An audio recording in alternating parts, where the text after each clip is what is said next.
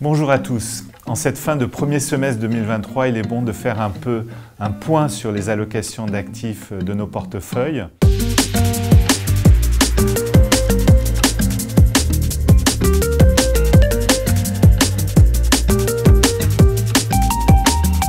On est dans un contexte économique qui est encore un peu trouble, tout simplement parce qu'on sait qu'il y a du ralentissement de la croissance, on sait que l'inflation commence à ralentir sérieusement, y compris sur l'inflation sous-jacente.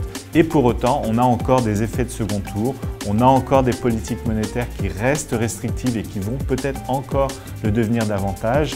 Et donc ça crée une situation pour les marchés avec, je dirais, un peu d'inquiétude et notamment une concentration des investisseurs sur les valeurs de croissance, celles qui avaient été très pénalisées l'année dernière, mais surtout sur les quelques poches de croissance, notamment la technologie américaine, qui semble devoir survivre à un contexte qui pourrait être plus difficile au niveau macroéconomique. Alors il n'y a pas de péril en la demeure, mais c'est vrai qu'on observe un certain nombre de signes, notamment les matières premières qui chutent depuis le début de l'année.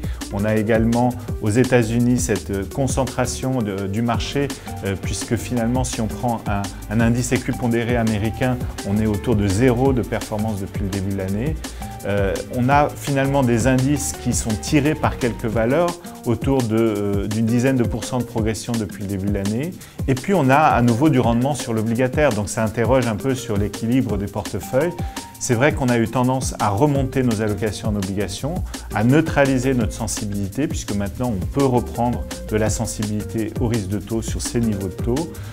Et on a réduit ces dernières semaines un peu nos allocations en actions. On a pris nos bénéfices pour une partie, pour se positionner dans une position légèrement plus défensive pour aborder cette deuxième moitié de l'année.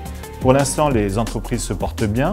On le voit du coup sur leurs marges. Elles ont même parfois augmenté leurs marges en tirant un peu prétexte de la hausse des matières premières, mais ça ne va pas forcément durer et les consommateurs commencent à être en plus grande difficulté face à la remontée des prix et face à un contexte économique qui s'alourdit un petit peu.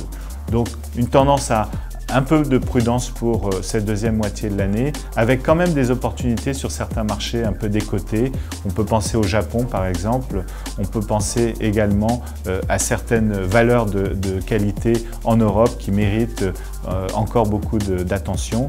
Et puis aussi d'une certaine manière, le pessimisme des investisseurs est plutôt un indicateur contrariant. En général, lorsque les gens ont déjà une position défensive, c'est pas là où on peut s'attendre à de fortes corrections de marché. Donc il faut quand même rester présent sur les marchés financiers.